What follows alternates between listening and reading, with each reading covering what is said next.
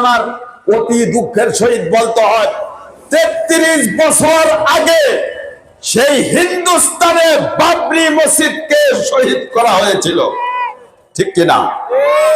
মানুষের হৃদয়ে রক্তক্ষরণ এখনো হচ্ছে সেই মসজিদের জন্য।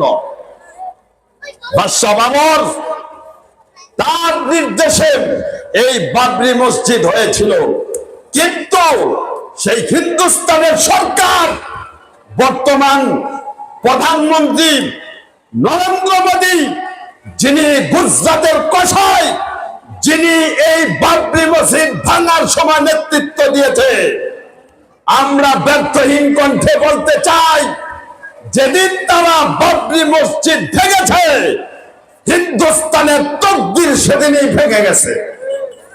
আজকে আপনাদের একটা খুশির সংবাদ দেই, আজকে সেই বাবরি মসজিদের প্রতিশোধ নেওয়ার জন্য সেই মুর্শিদাবাদের মুসলমানের একজন বীর সৈনিক হুমায়ুন কবির, তিনি তার জানের পরোয়া করেন নাই।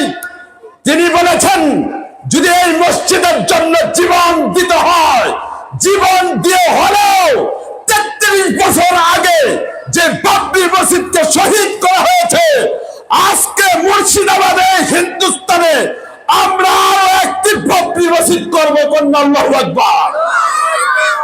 ভাইয়েরা আমার, মুসলমান তো আল্লাহ ছাড়া কাউকে ভয় করে না।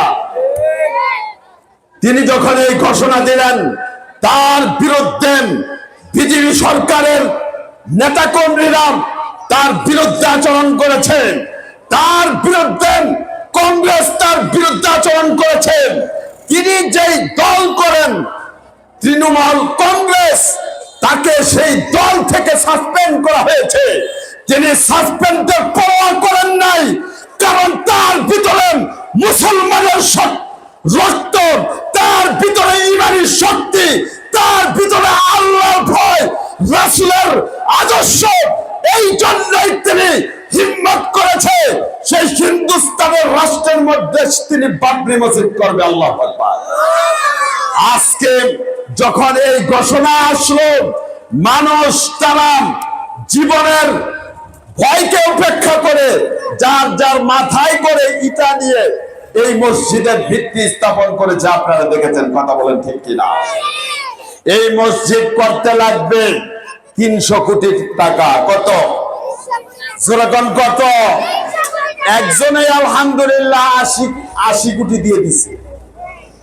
দেখবেন ধর্মীয় কাজ এগুলো কারোর জন্য বসে থাকে না, কথা কয় না, কারোর জন্য বসে থাকে। আল্লাহর ঘর মসজিদ মাদ্রাসা কারো জন্য অপেক্ষা করে না। আল্লাহ পাক কাকে দিয়ে কখন কোন জিনিস করাবেন আল্লাহ ছাড়া কেউ জানে না। নাকি জানে কেউ? আছে কেউ জানা? আমি জানি, কেউ এই কথা বলতে পারবে? সুরেকম বলতে পারবে না। এই জন্য ভাইয়েরা আমার, আমরা মুসলমান, আমরা একমাত্র কাকে ভয় করি? জোরে কর। নাকি অন্য কাউকে আমরা ভয় করি? মুসলমানের ভিতরে আছে ইমানি শক্তি। যতদিন পর্যন্ত মুসলমান আল্লাহকে বিশ্বাস করবে, কোন শক্তি নাই মুসলমানকে দাবিয়ে রাখতে পারে। কথা বলেন ঠিক কিনা? আমি আপনাদের সামনে কুরআনুল কারীম থেকে একটি আয়াতে কারিমা তেলাওয়াত করেছি।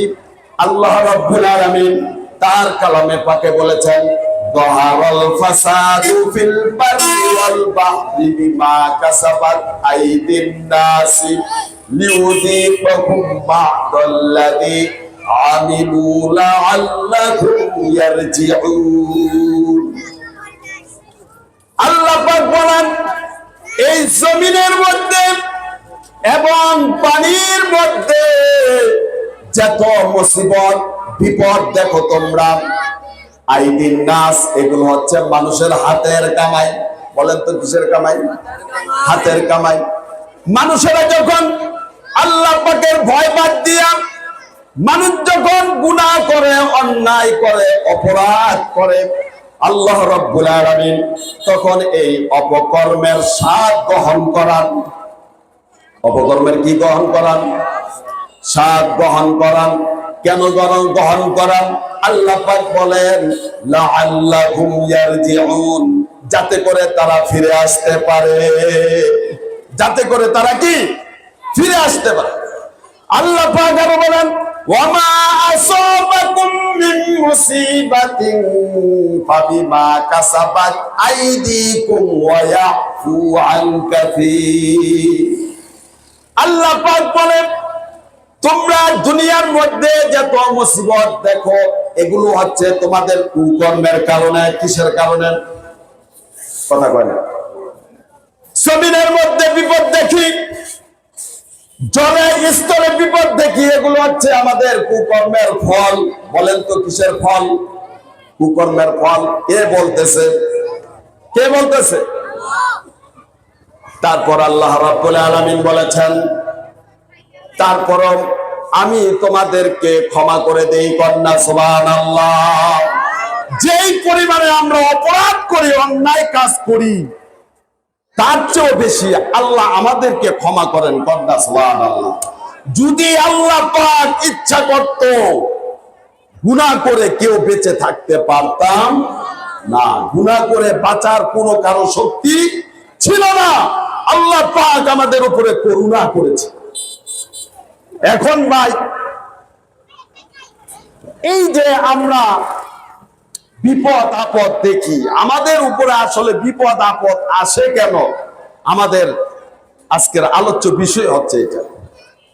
আল্লাহ পাক ক্লিয়ার করে দিয়েছে যে আমাদের অপরাধের কারণে আল্লাহ তাআলা আমাদেরকে বিপদ দেন। আমাদেরকে কি দেন? বিপদ দেন। ভালো করে কান খুলে কথাগুলো শ্রবণ করব। আল্লাহ পাক আমাকে এবং আপনাদেরকে যেন আমল করার তৌফিক দেন। সকলে বলি আমিন।